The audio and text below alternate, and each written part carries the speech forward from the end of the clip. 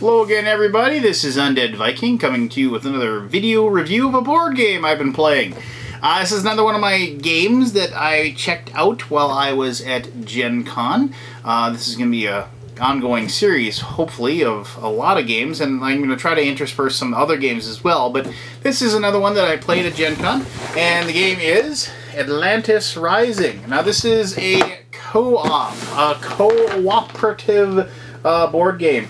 What does that mean? If you have absolutely no idea what that means, cooperative means that all the players as they play the game work together, usually to beat the game, some sort of mechanic. There are some co-ops out there that are one against all type games where one person is kind of like the bad guy and everybody else works against that person. Sort of like Descent, if you watch that video review of mine. But unlike those, games like this and Arkham Horror and Pandemic are games that the game itself is the mechanic that you have to work against to try to beat. And the theme of Atlantis Rising is that, if you are familiar with the myth, I don't believe Atlantis was real, but anyway, the myth of Atlantis is that you are Atlanteans, and you have, of course, access to great mystical and magical powers and great technology, but the earth or rising waters or what have you, earthquakes and what have you, are causing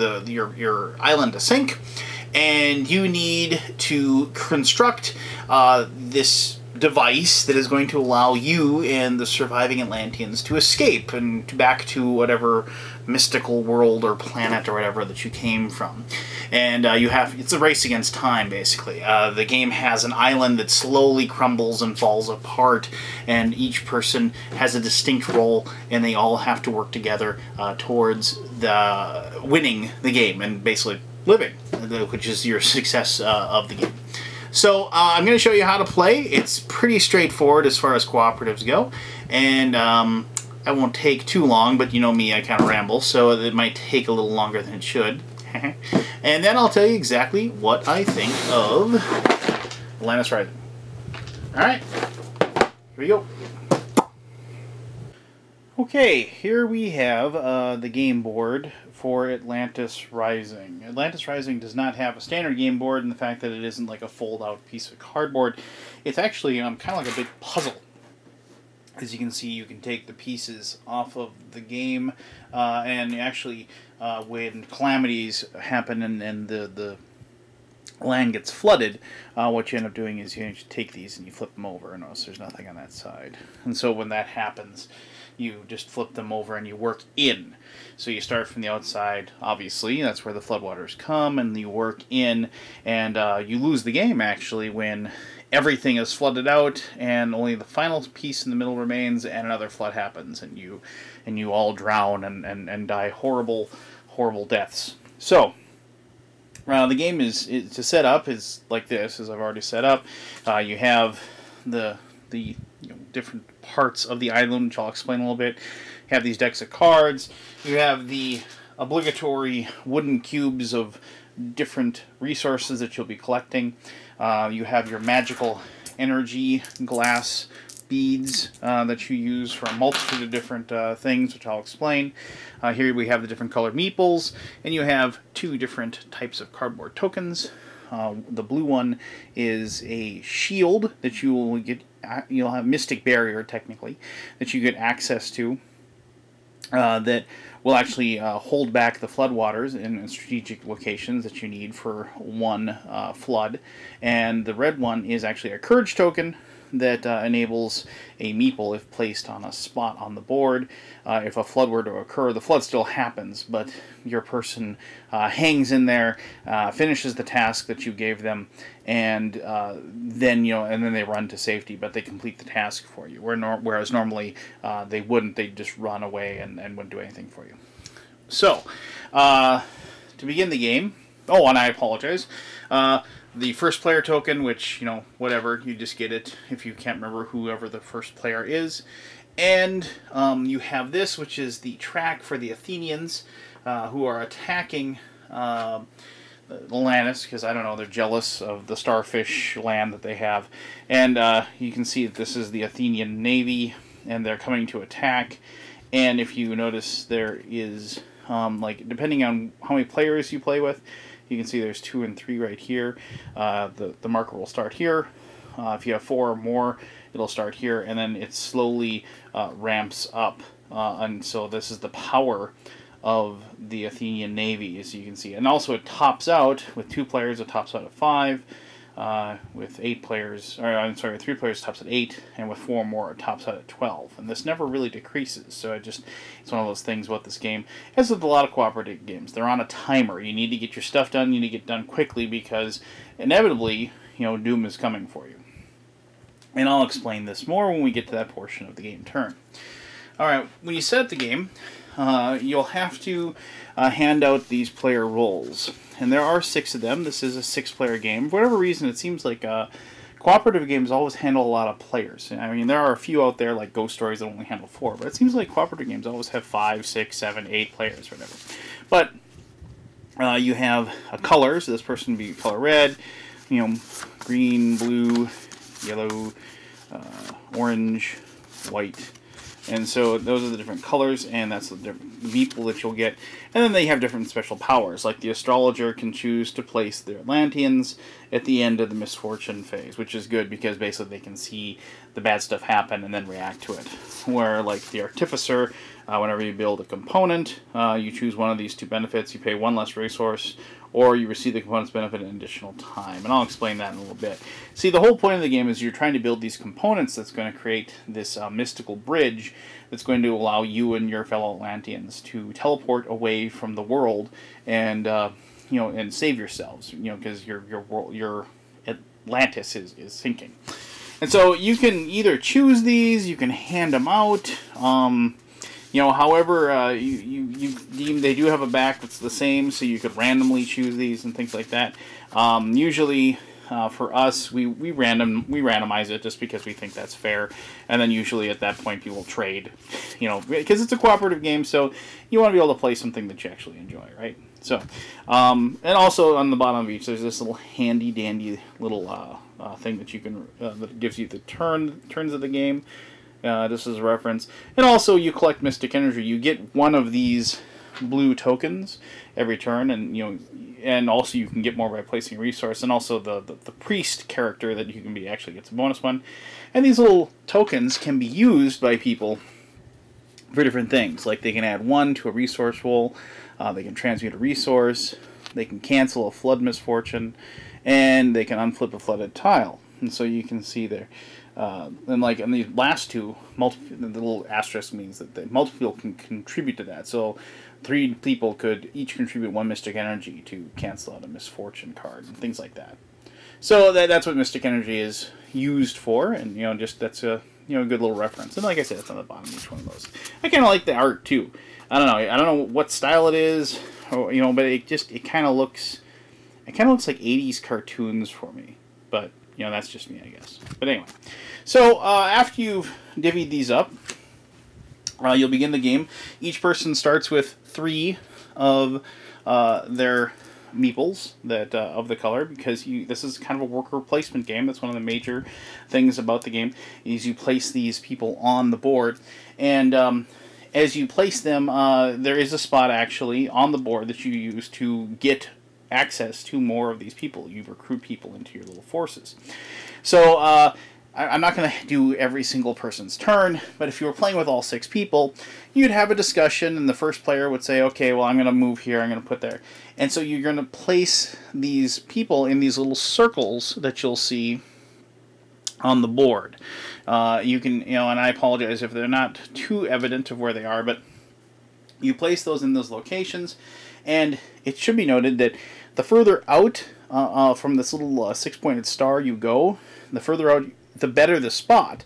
It just works better. But, of course, those are the first ones to be flooded. So each person places these. You can discuss, but obviously if it's your turn and you can discuss, and people can say, well, I really think you should go here. You can say, well, I think a better idea is for me to go here. Nobody can make you obviously do what you want. And then you choose these locations. So after you've chosen the locations on the board, you will then go through the drawing of the misfortunes. Now, this is the part of the game that stinks, because this is where all the bad stuff starts to happen. You get this big deck of cards, it's pretty thick, and on this deck of cards, each person, starting with the first player and going around the table, draws one of these cards. And like this one is the Flood City. So what we'll do is we'll locate the city's location, which is here. And then, look, I even put a meeple there. And because there's no courage, you know, and if there's any, you flip that over, any meeple that was on there is returned to the player. They don't drown or die or anything, not yet anyway, unless you lose the game. And I think this is really cool. These are the Pillars of the Earth tokens, which that's one of my favorite games. I thought that was cool. And so that person goes. And so now, okay, you took that one and flip the next one over. Oh, flood the mountains. So, okay, well, you find the mountains, and the mountains are up here. So we flip them over. And then next person goes, oh, flood the forges. And you can kind of get a feeling for the game now. This game is kind of brutal. And so we're playing with 6 players, so, now flood the libraries. For the libraries, they're going to get flooded too, we see. And right now you're probably thinking, does anything good happen? No. The best thing that can happen in this situation is if nothing happens. So, flood the mountains again, so the mountains get hit twice. So, now we got 2 spots in the mountains. So we got to flip that one over. And finally, the 6th card is flood the hills. So it was just a bad turn all around. Now, admittedly, each person does start with one of these mystic energies. So at some point, they could have, say, like in the second of flood the mountains, or just that last flood the hills, 3 players could say, okay, let's just turn in our mystic energy here, all 3 of us, and let's prevent this one from happening, for whatever reason, let's say. And so you would actually prevent that from happening, and you put it on there, but you're using up 3 of those particular tokens. Now, like I said, you might be wondering, does anything ever good happen? Yeah, there is. If you... let me see if I can find one here. There's other things in there too, like a controlled flood. The person that draws this gets to choose 2 tiles in any sections, meaning that they can choose something that maybe isn't important, but you have to pick 2. So you get to pick a spot, but you have to pick 2 of them, which kind of stinks. And it should be interesting to note, these cannot be combated with using mystic energy. There's other things like plague. All players must return 1 Atlantean from play. So unfortunately, they have to return 1, which stinks, of course. And let me see if I can just find one of the cards that you want to have happen, which is, like I said, the only card that happens that nothing bad happens, but nothing good either. Calm seas, nothing happens. And there's only like 5 or 6 of these in the whole deck. In this, like, giant deck. So you just kind of hope and pray that you get those if you're having a really bad row of it. But once you're done with all that, and you've destroyed all the land that you possibly can, now you actually get to any meeples that are left on the board that haven't been, almost drowned and returned to the player. They get to act. Now, a lot of the, 3 of the locations, the forest, the hills, and the mountains, they are a resource collection location. For each person you have here, there's a spot, and I'll just pick this up and show it to you. So, there's a little dot there, and you can see that there's a 4.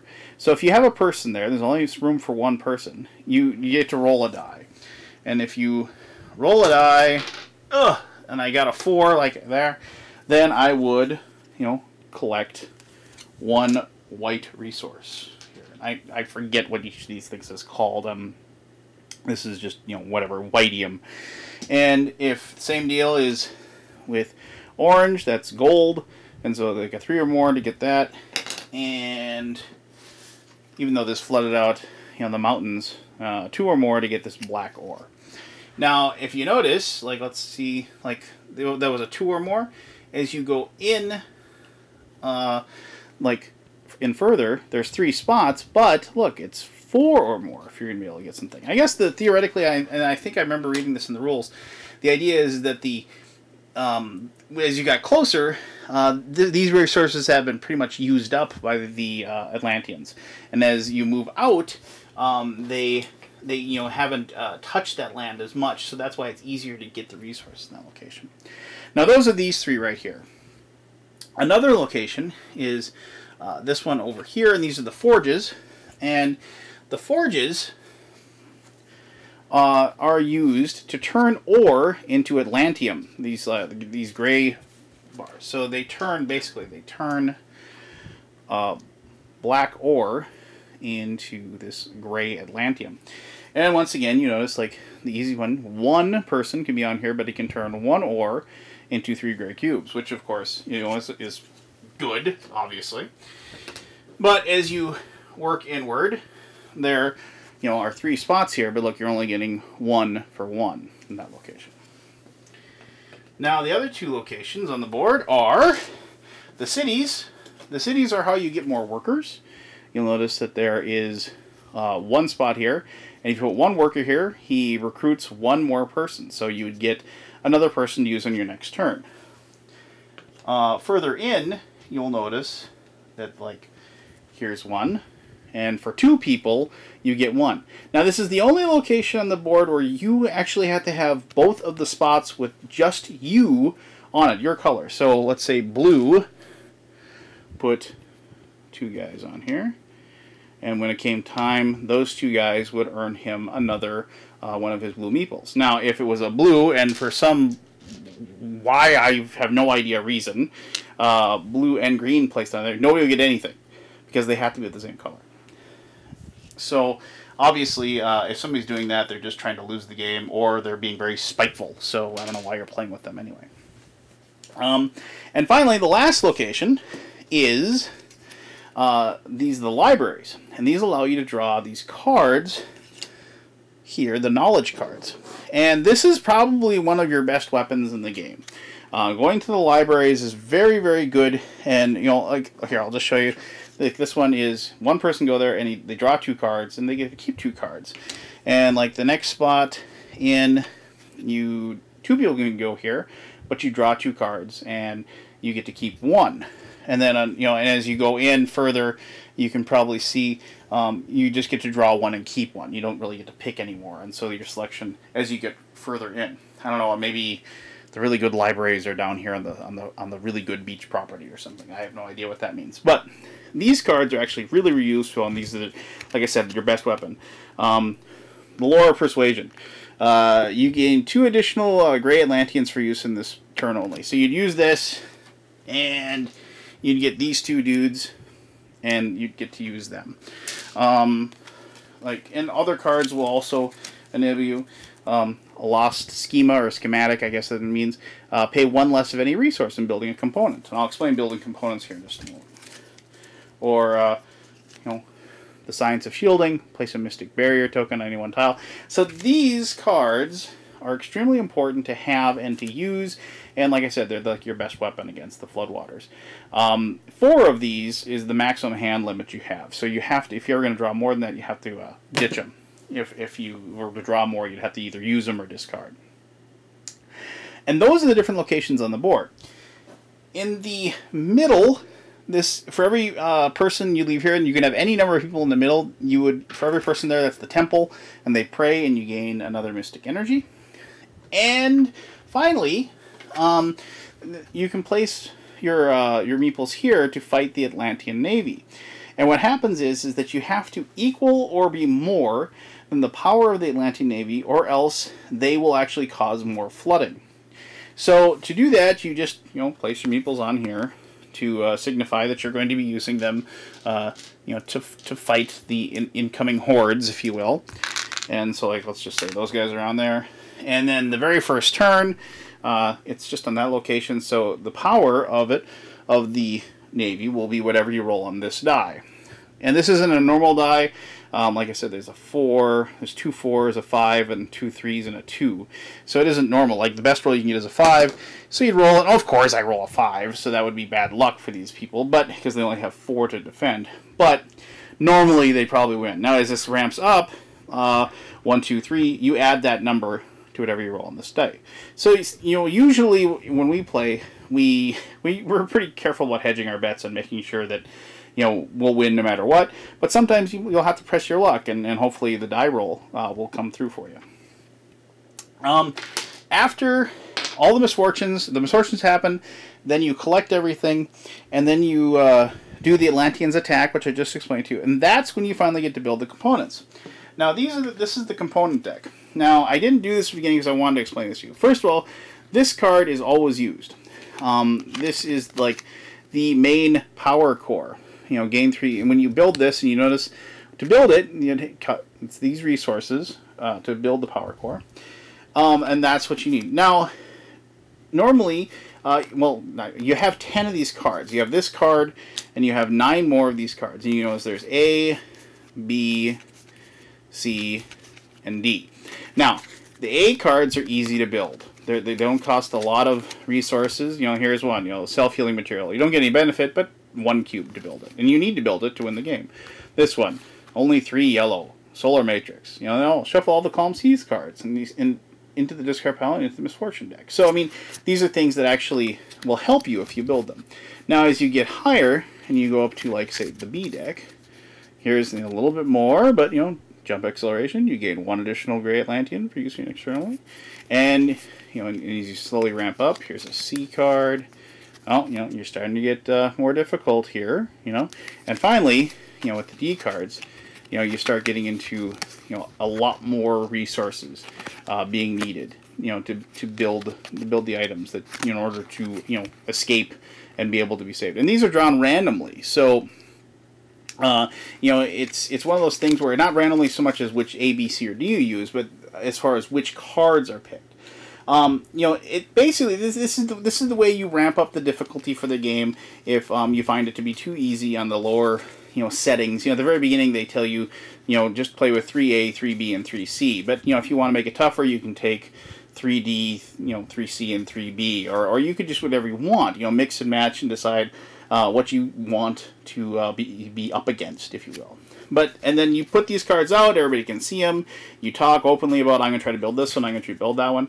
And that's how you win the game. If you're able to build all 10 of the cards that you pick, then the island hasn't sunk, you escape, and you laugh with glee at the Athenians who are trying to take you out, and you go back to, I don't know, you go through the Stargate or whatever it is, and you save your civilization and leave something behind for Plato to write a little nonsensical story about, and so people in this day and age can actually believe that Atlantis was real at some point. But that's how you play Atlantis. Like I said, it's time due to the fact that, you know, as the game progresses, you know, the island is going to be vanishing. There's really nothing you can do. You're always drawing those Misfortune cards every single turn, and like I said, with the Athenian Navy, they just get more and more powerful. They never actually get less powerful at all. So there is a sense of urgency when you play the game. But that's how you play. Let me tell you exactly what I think of Atlantis Rising.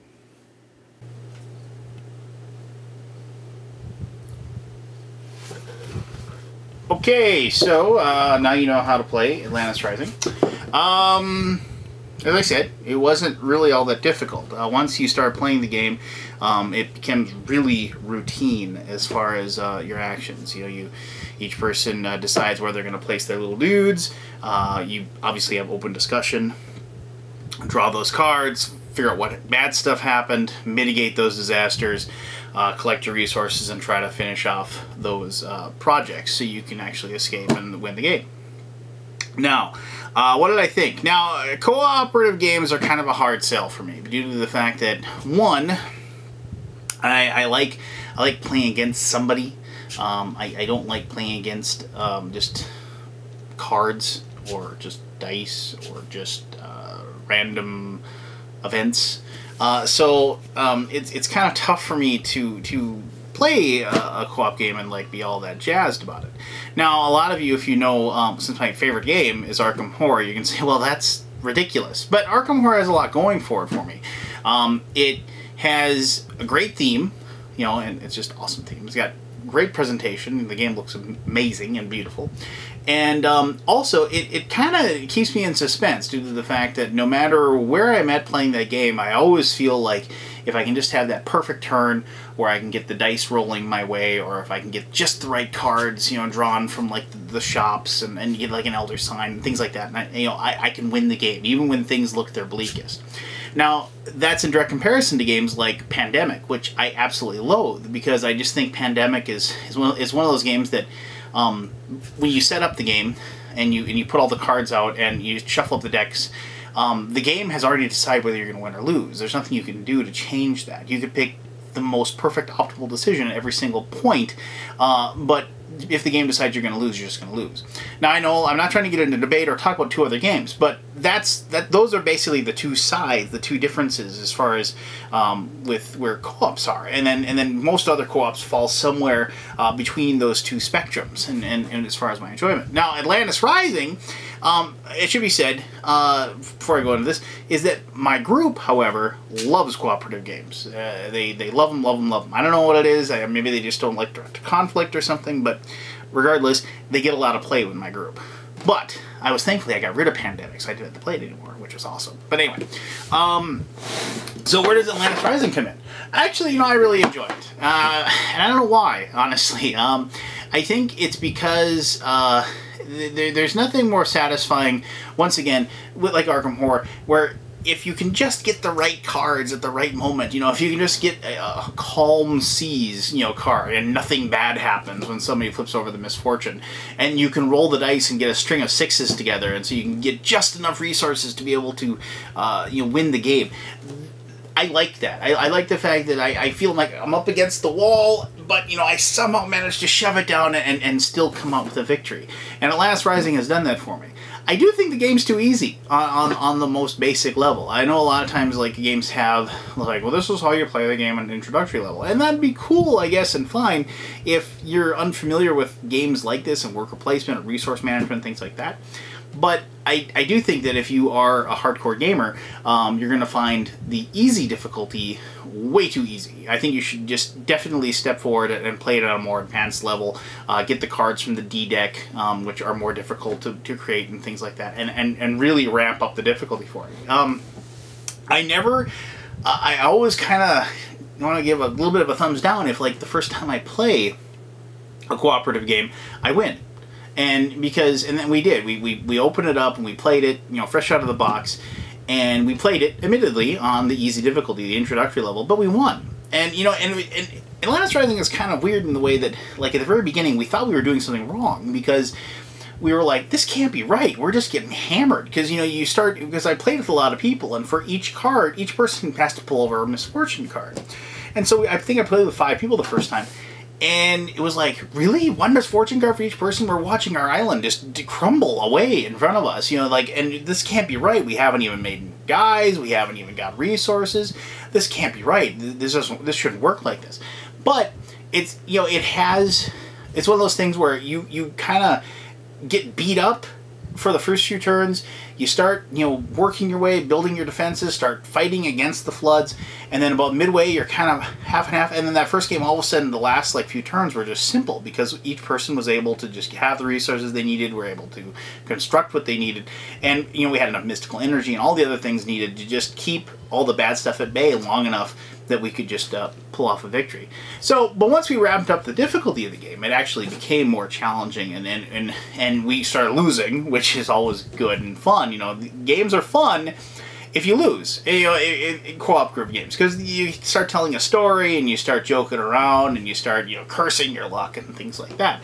And Atlantis Rising does that, and it's a lot of fun on that ride. Now, I do think that if you aren't a fan of cooperative games, you're probably not going to like it too much. I mean, I'm kind of middle of the road as far as the game goes. But for me to actually say I enjoy playing it and it's a cooperative game, that's like probably, huge thumbs up from somebody that just out there who doesn't normally despise cooperative games. Does that make sense? I hope it does. I think if you like cooperative games, this is something you're going to want to try out and you want to check out, because it's got a really simple rule set. It handles up to 6 players, and it handles 6 players really, really well. And I never really felt like you have that problem with some games like Pandemic, where one person just directs everybody else what to do. You go here, you do that, you do that, you do that, you do that, go. In this game, it seemed to foster a lot more cooperative decision-making, and, and maybe that's just part of my group, but I do think that because the game, ultimately has, relies on the players to make those decisions on their own in some cases, it does, help. And I think has a lot to do, honestly, with the dice. Because if you have a player who says, well, you know, I just need this yellow cube, and people are saying, well, you can't get it, you gotta roll a 6, or you gotta roll 2 6s in a row. Well, that person could say, well, you know what, screw you guys, I'm just gonna go for it, because I really think I can pull that off, you know, because I have this going for me, or that going for me, or what have you. And they're gonna try for that. Whereas in a game without dice and without the random element, people are going to say, well, it's impossible. It's just not going to happen. You don't have that, you know, 1 in 20 shot, that 1 in 10 shot of being able to pull it off. And I like that. I like that risk-reward attitude. I really do like the whole look of the game as the island crumbles and you start losing more and more spaces. I like the fact that, like, you can basically use up a tree. Like, as soon as everybody gets their extra dudes, you know, by extra workers, by using them, you just start funneling all the bad stuff you possibly can into that leg because you just don't care about it anymore. You just want to destroy it. You know, stuff like that. It's nice. It's nice and tactical. You know, and I always feel like it's a nice, fun race against time. So there you go. And, you know, like I said, if you're a fan of cooperative games, I really, really highly suggest it. If you're kind of on the fence as far as cooperative goes, I think you'll still probably like it, just like me. So there you go. It's another video review. Thank you very much for taking the time to watch this. If you want to watch any of my other reviews, you can definitely go to 2d6.org, where all my stuff is hosted, or you can check out my channel on YouTube, or you can check out my videos over at Board Game Geek, or you know, if you're watching this, you probably can track them all down anyway. So, until next time, this is Undead Viking. You have yourself an awesome day.